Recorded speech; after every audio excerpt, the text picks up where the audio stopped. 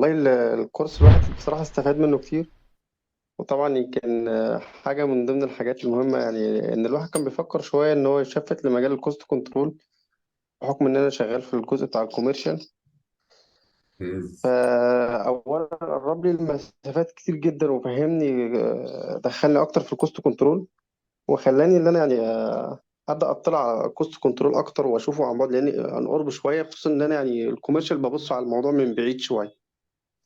مهم. فده طبعا يعني حاجة كويسة جدا من ضمن الحاجات، بس هو يمكن الكورس المحتوى بتاعه دسم جدا، فمحتاج إن عشان الواحد يهضمه محتاج إن الواحد يسمع المحاضرة مرتين ويبدأ يطبق على طول بشكل مباشر، عشان يعني يستفيد أكتر من المحتوى بتاع الكورس بصراحة. لكن حضرتك بصراحة بذلت مجهود معانا محترم، والمحتوى بتاع الكورس ممتاز جدا. وإن شاء الله يعني لو في أي حاجة خلال الفترة اللي جاية هبدأ ألم الكورس أكتر، وأبدأ في الكورس مع بعض معايا، يعني بحيث إن أنا يعني لو في أي حاجة أرجع لحضرتك فيها. ترجع لي في أي وقت طبعا. ربنا يبارك فيك يا باشمهندس.